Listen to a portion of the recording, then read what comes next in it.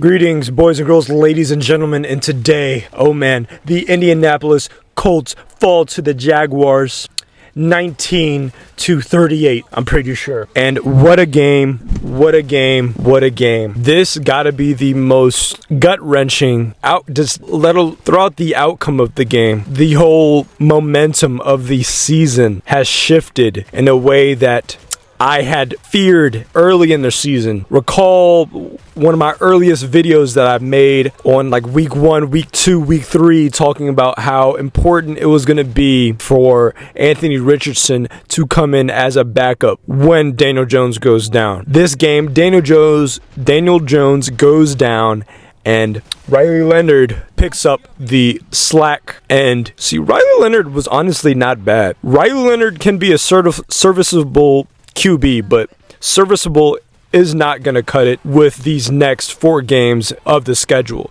especially because how our defense has been playing. Our mid defense is going to be exposed for being a mid defense because our offense is going to be struggling for good. Like there's not much hope of our offense getting significantly better after losing quarterback Daniel Jones to his Achilles tear. Riley Leonard still has Jonathan Taylor at his disposal, Michael Pittman Jr., Tyler Warren, Alec Pierce, and Josh Downs. These are weapons that a quarterback can cook with, but an experienced quarterback would be able to thrive with these tools. I don't see this offense thriving much with these tools. Our offense has officially been downgraded to mid. Our defense is mid. The Colts are now a mid team. Sadly, stars are out on defense. DeForest Buckner, Sauce Gardner, and your quarterback that was supposed to take you to the promised land this season traded 2 first-round picks and Adonai Mitchell because we believed in Daniel Jones. Boy, that looks like it's gonna backfire on us really quick. So now the Colts are looking at another mediocre season. Last four games of the season can be won if the Colts are able to pull out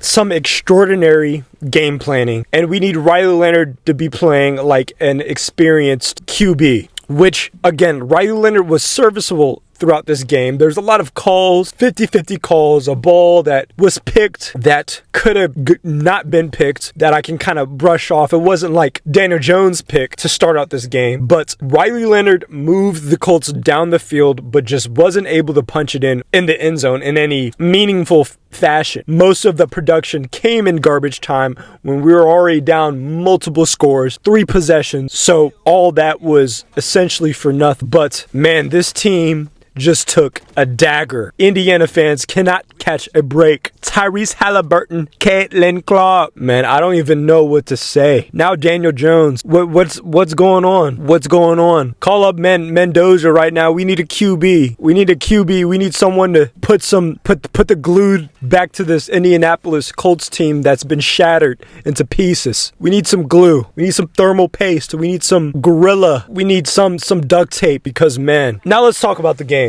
So our offense was, again, serviceable. Daniel Jones started the game out not great, threw a pick, set up the Jaguars in Indianapolis territory on the field, on our 20. They go in, they punch it in, they score. Turnovers has been a big killer. When we get them, we burn from them. We get punished for our turnover. That's something our defense we can't keep putting our defense in these positions. We have to play mistake-free football throughout the rest of the season to stand a chance on this stretch, unless these teams that we face are just going to implode on themselves. We may need some magic here, some fate-altering juju to be able to pull off a playoff run, a playoff chant here, because playoffs was almost a given to us a handful of weeks ago, and now playoffs are looking as slim as ever. What a fall off. The Indianapolis Colts are trending too. You take a look at our schedule. Our schedule was not good. We had that Patriots-Bears schedule. Half of the season come. Our bye come. Our good teams that we play down the stretch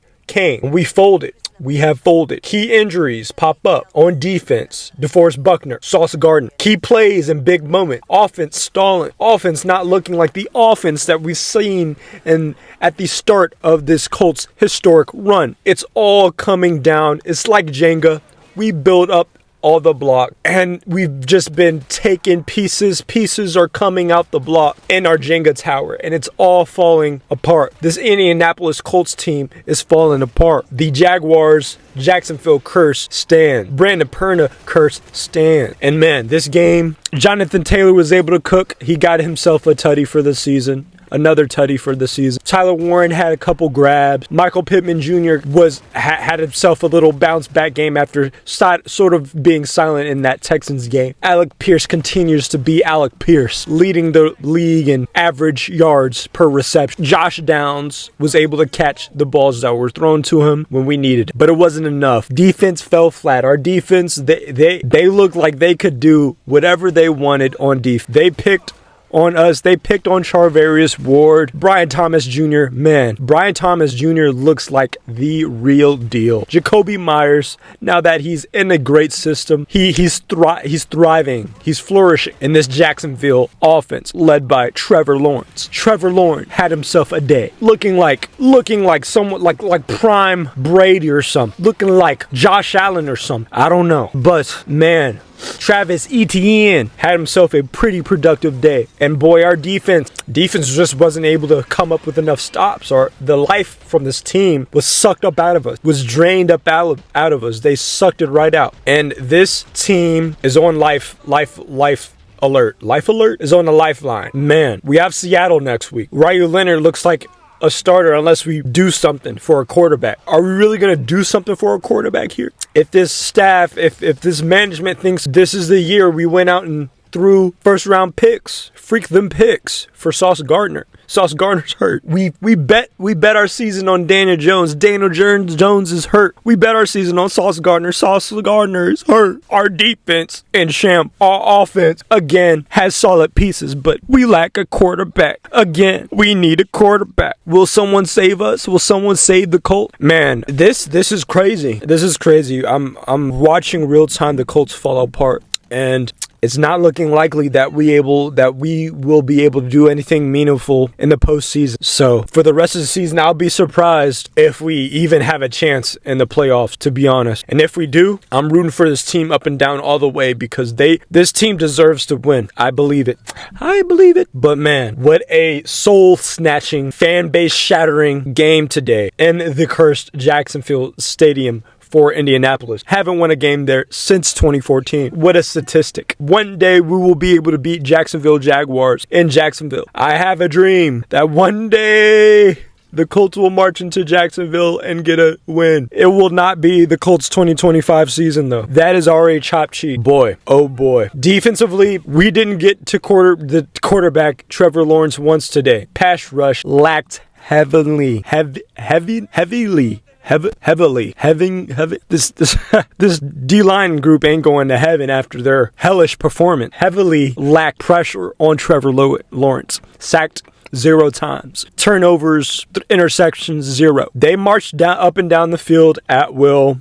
Score points at will, and yeah, our defense is mid. I don't know what else to say. This team is in shambles right now. After starting the season so hot, I think that's really all I got to say about this team.